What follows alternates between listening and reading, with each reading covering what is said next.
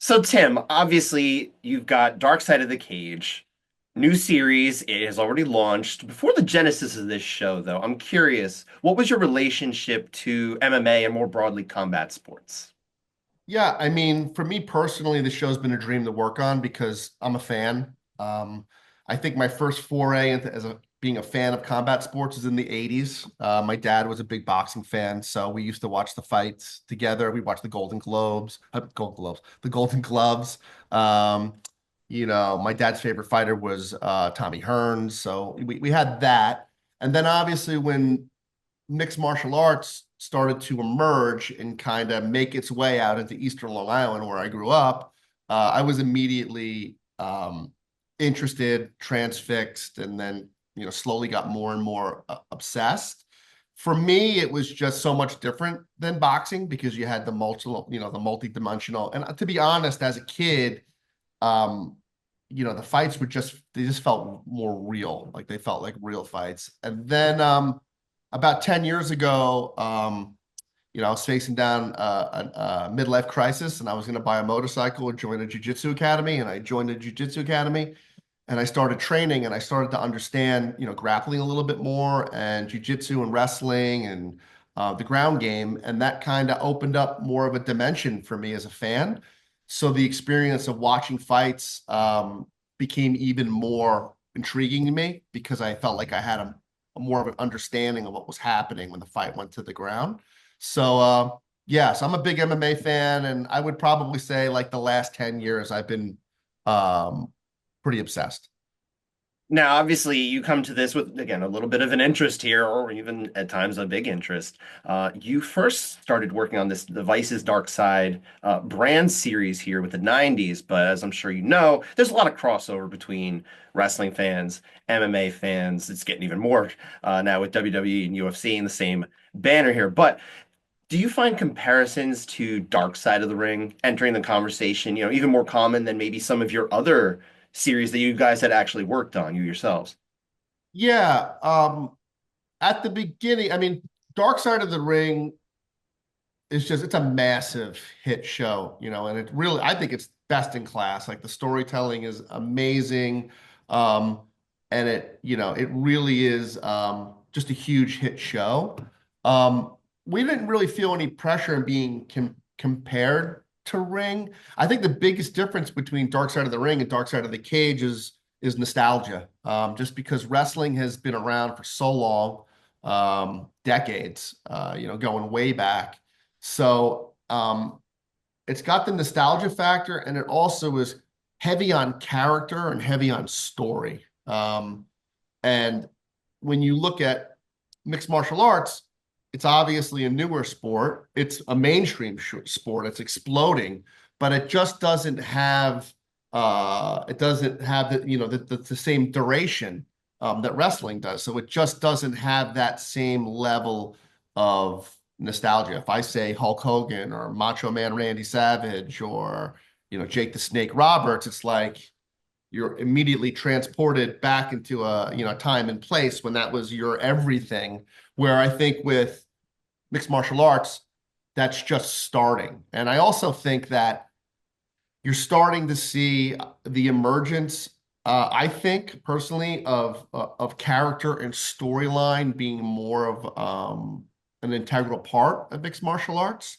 I think the first time I saw, Colby Covington, do his thing at a presser, I was like, okay, you could see the influence of professional wrestling. So I think in time, as MMA continues to grow and dominate and become, an even bigger sport, you're going to see more nostalgia. So it just needs time. But for now, our stories in Cage are more about the athletes in the sport than nostalgia. What sort of kind of feedback are you getting internally and externally with regard to your series since it first started airing earlier this year? Yeah. Look, truth be told, I was really nervous about how this series would be received simply because I'm an MMA fan and I know how rabid the world is and the fans are and how outspoken and how many podcasts and outlets there are around the sport. So and I knew people were going to check it out, and everyone loves to critique. So the pressure we felt as storytellers was first and foremost, we wanted to make a series that the community would accept first and foremost, and then hopefully embrace. We wanted to do justice to these stories. We wanted to do justice to these athletes that we're profiling, and we wanted to do justice to the people that trusted us with their time and sitting and being interviewed for the series. It's a scary title. You hear Dark Side of the Cage, and it's very easy to think that it's going to be a show built around tarnishing someone's reputation or digging dirt. And it's not what the show is. It's about, telling these human stories, warts and all, and being, authentic and true, sometimes painfully so. Um, but we've been really thrilled with how the show has been received. We've gotten a lot of positive feedback, a lot of really nice phone calls and emails from people that have taken part. So couldn't be happier with the way it's been embraced.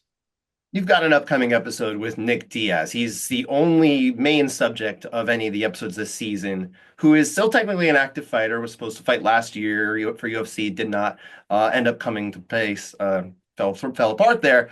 What sort of challenges kind of exist with regard to telling a fighter's story for a fighter who's still technically active, not quite gone? Yeah. Truth be told, we really focused on athletes that are retired, that have had their MMA career put into the rearview mirror. Just because there are plenty of fighters and active fighters in MMA that would make great candidates for episodes, but I just don't think we would get the same level of introspection and honesty in the interview chair, simply because if you're an active fighter, you're obviously you're active for a reason, right? Like you're trying to make it to the top. Like you want to be a world champion, period. I don't think you really want to sit in an interview chair with cameras and lights in your face being asked about things from your past, because it kind of feels like your career's in the rear view mirror. It's done. So we decided to focus on athletes that have hung up the gloves and got really great responses and really great interviews, because we found these fighters were more apt to be able to be honest about not only their career, but their personal lives, the good choices they made, the bad choices they made. But with Nick, we were going to do a Nick Diaz episode either way. It's such an amazing story, and I think there's so much intrigue, and so many people just love the Diaz brothers, and so we were going to do that regardless. We had no idea he would sit. We committed to the episode fully expecting him to say no. We would figure we'd never hear back. But Nick was technically an active fighter at the time, and that's Nick being Nick. I mean, I think most fighters would probably get their request if they're on the active roster, and they would probably think it's probably not a great thing for me to do.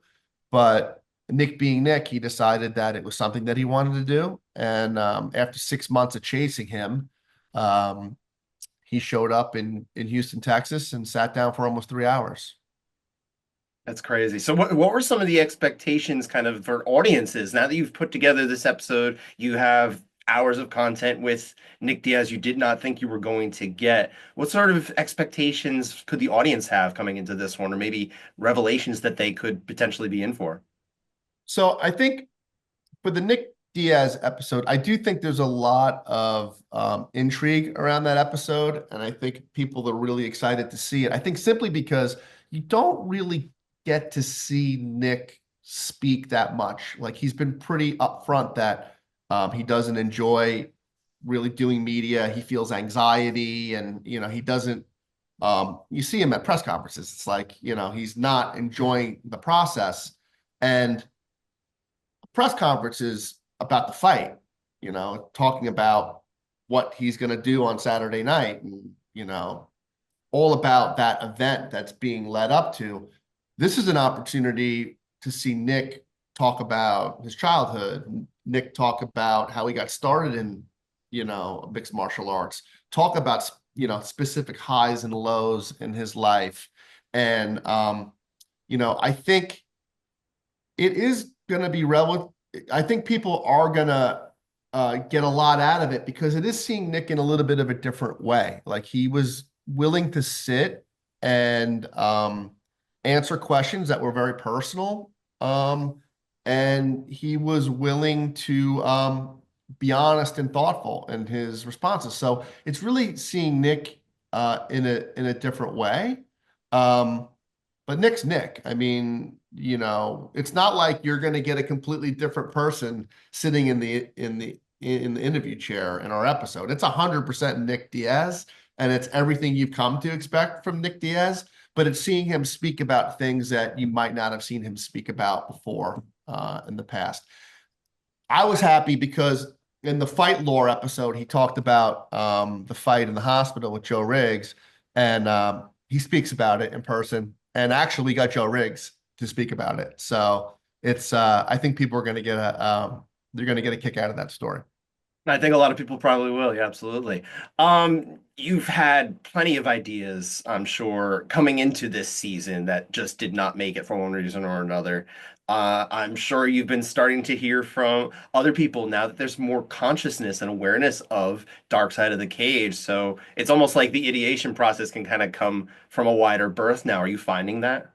Yes, definitely. With season one, we had to be really careful with the 10 stories. Well, we do 9 stories because the Pride is a two-parter. So with the 9 stories that we tell, we really had to serve two masters. We wanted to appeal to the hardcore, rabid MMA fan. We wanted to pick subjects that we knew that they were intrigued by, like Nick Diaz, like Pride, like Evan Tanner. But at the same time, we wanted to choose stories that were a little bit more mainstream and a little bit more accessible by maybe someone who's a casual fan or even someone who isn't a fan of MMA at all, but they're going to recognize the subject matter for that episode. So, for example, we were very deliberate with premiering with Kimbo Slice.